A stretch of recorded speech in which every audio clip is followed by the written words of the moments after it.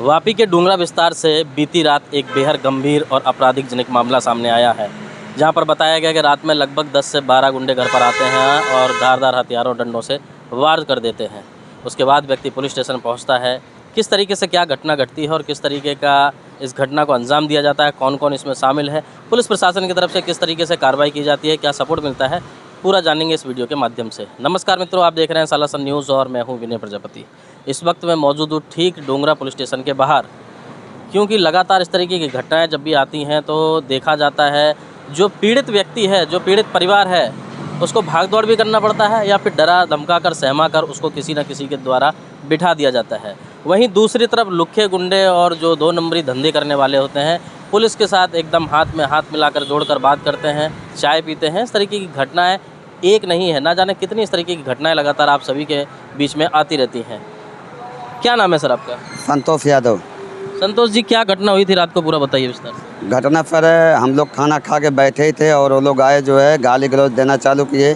फिर झड़प हुआ। झड़प होने के बाद फिर वो लोग धारदार हथियार से मेरे वाइफ का और मेरे को ऊपर वार कर दिए। मैं गेट बंद नहीं करता तो मेरा जान भी ले लेते लोग। कौन लोग आए, कितने लोग थे? 4 लोग थे। ब्रिजभान यादव, उनका लड़का देवा, दुर्गेश, देवा उर्फ दुर्गेश, और शीतल, और उनका दामाद एक मुन्ना। ये 4 लोग। किस वजह से ये घटना हुई, किस वजह से झगड़ा हुआ, क्यों उन्होंने हथियार लेकर आए वो? ये फिर आए अचानक जो है झगड़ा करने लगे, जो है कुछ रीजन नहीं था, बिना किसी कारण के झगड़ा हुआ? हाँ। पहले से कुछ झगड़ा था? पहले पर झगड़ा ऐसे गाली गलौज करते ही रहते थे, आते थे तो उसमें होता ही रहता था। मतलब इनका आए दिन का था ऐसा। इनका लड़का जो दुर्गेश पर अभी जो है गुरुवार को जेल से छूट के आया है, उसी दिन से इनका ज़्यादा मतलब वो प्रकोप बढ़ गया है। यानी कि पहले से उसके ऊपर केस है, जेल में बंद था, जेल से छूट गया, उसके बाद वापस झगड़ा चालू बाद किया? फिर जी चालू कर दिया। बाद में आपने पुलिस को इन्फॉर्म किया? नहीं, फिर अभी ज़्यादा हो गया तो मैं कल ही जो है इन्फॉर्मेशन किए। हम किसी मतलब ये सब फालतू लफड़े में नहीं पड़ने वाले थे। फिर आपने फ़ोन वगैरह किया पुलिस को 112 पे? 112 नंबर पे किया। फिर कंप्लेन पुलिस आई तो पुलिस की जब गाड़ी आई तो फिर 100 मीटर दूर से एम्बुलेंस फायरन जब बजा तो लोग मेरा दरवाज़ा छोड़ के जो भागे गेट। नहीं यानी कि पुलिस जब आपके यहाँ आई तो सायरन बजाते हुए आई? फायरन फिर 100 मीटर दूर ही फायरन बजा, तब वो लोग भागे। ये चीज़ जैसे इन्होंने बताई, इस बारे में थोड़ी सी जानकारी भी ली गई तो ऐसा बताया गया कि सायरन पुलिस बजा कर गई थी। आपको बता दें कि जब किसी अपराधी को पकड़ने जाया जाता है तो शायद सायरन नहीं बजाया जाता है। भीड़ हो या किसी प्रकार की कोई इस तरीके की अनहोनी हो, जो हो सकता है कि बड़ा कोई घातक हमला हो सकता है या लोग भीड़ कम करनी हो, तब सायरन का इस्तेमाल किया जाता है। लेकिन किसी अपराधी को आप पकड़ने जा रहे हो, वहाँ पर सायरन बजाना ये कहीं ना कहीं थोड़ा समझ के बाहर है। क्यों इन्होंने सायरन बजाया, ये तो उनसे भी बात करने की हम कोशिश करेंगे, पुलिस प्रशासन से भी, और बात करेंगे कि आखिरकार इस तरीके का उन्होंने कार्य किया क्यों। पुलिस ने फिर कुछ लोगों को पकड़ा रात में? पुलिस ने पकड़ा, फिर उनके पिताजी को भाग नहीं पाए, घर में थे, उनको पकड़ा।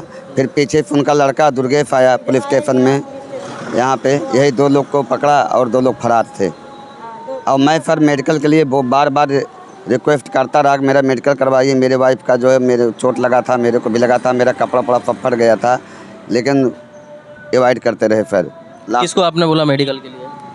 वहाँ पे अर्जी लिख रहे थे चंद्रकांत फरेफा, मतलब उनका नाम चंद्रकांत सर जो अर्जी लिख रहे थे, उनको आपने बोला मेडिकल के लिए? कई बार। क्या बोला उन्होंने? उन्होंने कुछ उस पर रिप्लाई नहीं दे रहे थे। कहाँ आप लोगों को चोट कहाँ पे आई है? मेरे को लगा हाथ में डंडे। जरा पास आके थोड़ा सा दिखाओ। डंडे के जो निशान है वो लगे हुए हैं, खरोच टाइप के निशान है, ठीक है, ये लगे हुए निशान है। दूसरा आपका भी दिखाइए, आपको किस चीज़ से लगा है? मेरे से कुल्हाड़ी से लगा है। किस चीज़ से लगा है? कुल्हाड़ी से। ये निशान आप देख सकते हैं कि बच गए। शायद अगर कुल्हाड़ी पूरी तरीके से लगती तो शायद हाथ भी कट सकता था, लेकिन ये जो सारी चीज़ें हैं वो हमारे सामने हुई नहीं है। दूसरा, वहाँ पर सीसीटीवी हो या फिर जिस तरीके से इन्होंने कंप्लेंट किया, लोग मारने आए थे, कुछ ऐसा भी सुनने में आया। आपके एरिया से पता चला कि ऑटो से कुछ लोग, लगभग 10-12 लोग आए थे। ऑटो से भी 10-12 लोग आए थे। ये लोग बुलाए थे फ़ोन करके मारने के लिए डायरेक्ट? हाँ, फिर डायरेक्ट वो लोग खड़े थे बाहर जो है, और ये लोग 4 लोग जो है हमला कर रहे थे। अच्छा, उसके बाद जब पुलिस स्टेशन आप आए तो फिर क्या हुआ पुलिस स्टेशन में? पुलिस स्टेशन में आए तो फिर वही मतलब अर्जी लिखने का वो मामला कितने बजे की घटना है ये पूरी? ये फिर 9:30 से लेकर 10 बजे के बीच में है। 10 बजे की है जी। पुलिस स्टेशन कितने बजे पहुँचे आप? पुलिस स्टेशन में आया फिर करीब वही जब जैसे एम्बुलेंस आई लगभग 10 बजे, 10:30 बजे, फिर तुरंत जो है गाड़ी से आए मैं। तो अर्जी वगैरह तुरंत आपकी लिख दी गई, केस हो गया यहाँ पर? हाँ, फिर अर्जी लिखे। अर्जी लिखने में जो है थोड़ा टाइम लगा, 2 बजे फिर हमको छोड़े। 2 बजे? जी। अभी कितने लोग अंदर हैं? अभी तो फिर सुबह तो 2, शाम नाइट में 2 जन ही थे, दुर्गेश और उनके पिताजी ब्रिजभान, और सुबह फिर कितने लोग हाजिर हुए मेरे को नहीं मालूम सर। तो जिन हथियारों से आपके ऊपर हमला किए गए वो सारे हथियार पुलिस स्टेशन में आ गए हैं या फिर वो कुछ मिल नहीं गए? आया सर, कोई गया ही नहीं।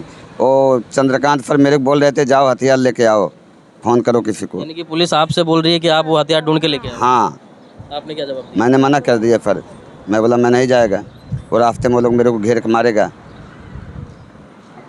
पुलिस का किस तरीके से सपोर्ट रहा? पुलिस ने आपके साथ में बर्ताव अच्छा किया? सपोर्ट किस तरीके का रहा? लिखा पढ़ी बराबर हो गई है? सपोर्ट कर रही है पुलिस?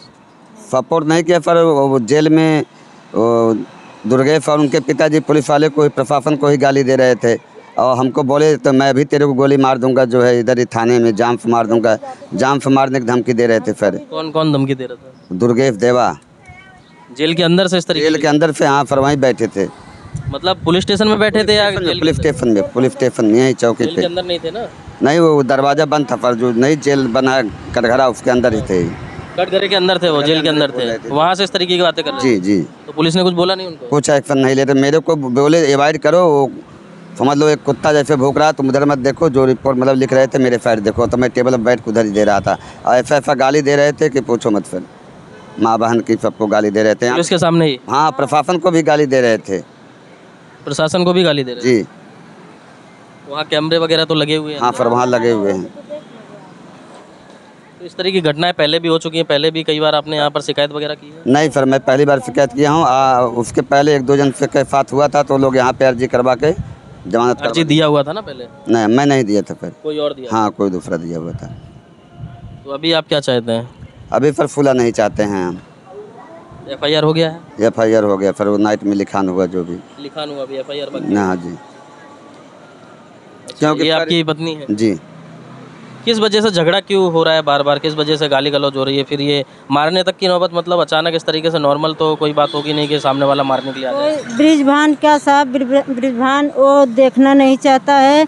वो मेरी लड़की, हम लोग बैठते हैं गली में तो वीडियो बनाता है, गाली देता है, बस हम लोग। वीडियो कौन बनाता है? ब्रिजभान बनाता है। किस चीज़ का वीडियो बनाता है? खाली लेडीज़ खाली वीडियो बनाता है, क्या बात कर रही है, किससे किससे बात कर रही है, किससे क्या कर रही है, यही सब। ब्रिजभान वीडियो बनाता है? हाँ, वो कितनी बनाता उम्र है। होगी उसकी? 50 50 के आसपास उम्र है। और आपकी लड़कियों की उम्र कितनी है? मेरी लड़की को उम्र 14 और एक 13 साल की। 13 साल। हाँ, तेरा कहाँ तो लड़कियों का ही वीडियो बनाता है या अदर सभी? और जो मेरे रूम में है हमारे परिवार में, तो वो लोग को बनाता है। तो इस चीज़ को लेकर आपने शिकायत क्यों नहीं की एक भी बार पुलिस स्टेशन में? तो मैं बोला, मैं छोड़ दिया, मैं बोला जाने दो, उसको रोज का काम था, इसीलिए मैं नहीं। क्या उसमें पुलिस के चक्कर अपना तो झगड़ा वहाँ से बढ़ा आपका ये फोटो वीडियो को लेके? हाँ, तो वही विदा हुआ गलत। तब ये देवा और ब्रिजभान ये लोग तो मानते ही नहीं, बोल दो तो बस गाली देने लगते हैं। सीधा गाली से बात। अच्छा, जो जेल आप बता रहे हो, जेल गया था, किस केस में जेल गया था, कुछ पता है? वो क्राइम ब्रांच वाले सर उसको पकड़े थे। कोई मामला पता है किस वजह से? नहीं सर, वो अपने डिटेल नहीं मालूम। हाँ, क्या वो ने चोरी किया था, सिकड़ी खींच लिया था, लेडीज को चोरी किया था, इसलिए चोरी के मामले में पुलिस ने उठाया? के मामले में वो लोग कितना पकड़े। टाइम तक था जेल में? अरे जेल में 1.5 साल हुआ। 1.5 साल के बाद अभी कुछ दिनों से निकल गया जेल। गुरुवार को आया, पिछले गुरुवार को। और उसके बाद वापस वही क्राइम? वही क्राइम चालू है जी। ये जो सुना आपने, इनके द्वारा जो भी चीज़ें बताई गई, ये कहीं ना कहीं प्रशासन के ऊपर सवाल तो खड़े करती ही करती है।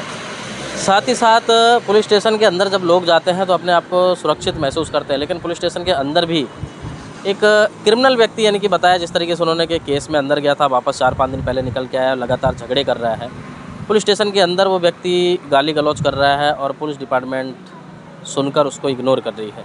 इस तरीके की मानसिकता के लोग किसी भी काम को अंजाम दे सकते हैं। दूसरा, इन्होंने जिस तरीके से बताया कि लड़कियां जवान हैं, आजकल 12-14 साल की लड़कियां जवान ही होती हैं। और आप देश में देख ही रहे होगे, देश के अवापी के अंदर भी कई ऐसी घटनाएं लगातार आती रहती हैं कि शोषणों की या लड़कियों को छेड़छाड़ की या अन्य प्रकार की ऐसी घटनाएं आती हैं जो शायद नहीं आनी चाहिए। वीडियो बनाने की बात इन्होंने कही, तो ये छोटा सा मामला नहीं है। ये मामला वहाँ तक जाकर पहुँचता है कि कभी किसी दिन झगड़े के बीच में वो जो 12 और 14 साल की लड़कियां हैं, कभी वो शिकार ना हो। इस चीज़ का ध्यान किसको रखना होगा? इस चीज़ का ध्यान पुलिस प्रशासन को रखना होगा। लेकिन जिस तरीके से इनके द्वारा बताया गया, कहीं ना कहीं ऐसा सुनने में आ रहा है, ऐसा समझ में आता है कि पुलिस प्रशासन भी इस तरीके के गुंडों के ऊपर सख्त कार्रवाई नहीं करती है और उनके अंदर उस तरीके का कोई डर नहीं दिखाई देता है। अंदर जाके हम कोशिश करेंगे इस मामले में थोड़ी बहुत बात करने की, पुलिस प्रशासन क्या जवाब देती है और ये खबर भी लगातार हम आप तक पहुंचाते रहेंगे और पुलिस प्रशासन से दरख्वास्त करेंगे, विनती करेंगे कि ऐसे लोगों के ऊपर सख्त कार्रवाई हो और ऐसे लोग जो प्रताड़ित हैं कहीं ना कहीं उनकी सुरक्षा भी की जाए और कोई भी घटना ना घटे, ये आपकी जिम्मेदारी है। क्योंकि जब घटनाओं का स्रोत आप तक पहुंच जाता है तो कहीं ना कहीं बचाव का कारण भी आपको ही बनना चाहिए। ये खबर लगातार हम आप तक पहुंचाते रहेंगे। आप जुड़े रहिए हमारे साथ और देखते रहिए सालासन न्यूज़।